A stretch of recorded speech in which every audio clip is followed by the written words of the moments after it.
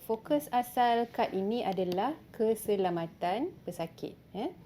Bagi kami, jangan sampai perbahasan di media sosial mengalih perhatian daripada perkara yang utama, iaitu nombor satu, denggi boleh menjadi sesuatu yang serius dan boleh mengancam nyawa.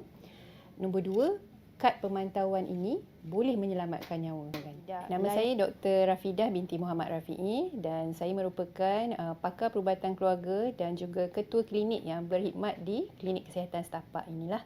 Sebenarnya kad pemantauan denggi ini bukanlah rawatan, tetapi ia hanya mencetuskan tindakan yang boleh menyelamatkan nyawa. Dalam kesihatan awam sebenarnya, mesej yang difahami oleh pesakit itu sebenarnya yang paling penting kerana jika mereka tidak faham dengan arahan, ianya mungkin boleh membahayakan nyawa mereka.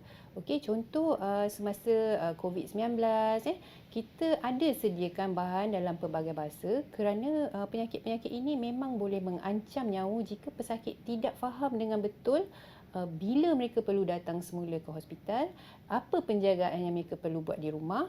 Memang kita ada amalkan penggunaan pelbagai bahasa untuk menyampaikan mesej kesihatan dan ini telah berlaku sejak zaman berzaman lah. Okey. Kerana tak semua warga masyarakat tu boleh memahami dengan jelas lah bahasa Melayu atau bahasa Inggeris, sebab apa, ada antara mereka adalah daripada golongan warga emas, ada antara mereka adalah golongan yang kurang fasih di dalam bahasa Melayu. Sebenarnya bahasa Melayu memang kekal sebagai bahasa rasmi yang kita gunakan di klinik dan juga di Kementerian Kesihatan lah. Menjadi top priority kita. Dan bagi saya, penggunaan bahasa itu hanyalah satu medium untuk komunikasi lah.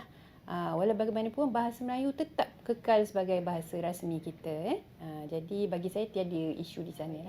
Fokus asal kad ini adalah keselamatan pesakit. Bagi kami, jangan sampai perbahasan di media sosial mengalih perhatian daripada perkara yang utama, iaitu nombor satu, denggi boleh menjadi sesuatu yang serius dan boleh mengancam nyawa. Nombor dua, kad pemantauan ini boleh menyelamatkan nyawa.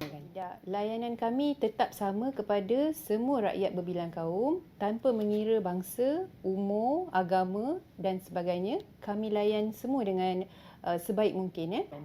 Yang paling penting kad pemantauan denggi ni adalah sebagai satu alat untuk melindungi pesakit.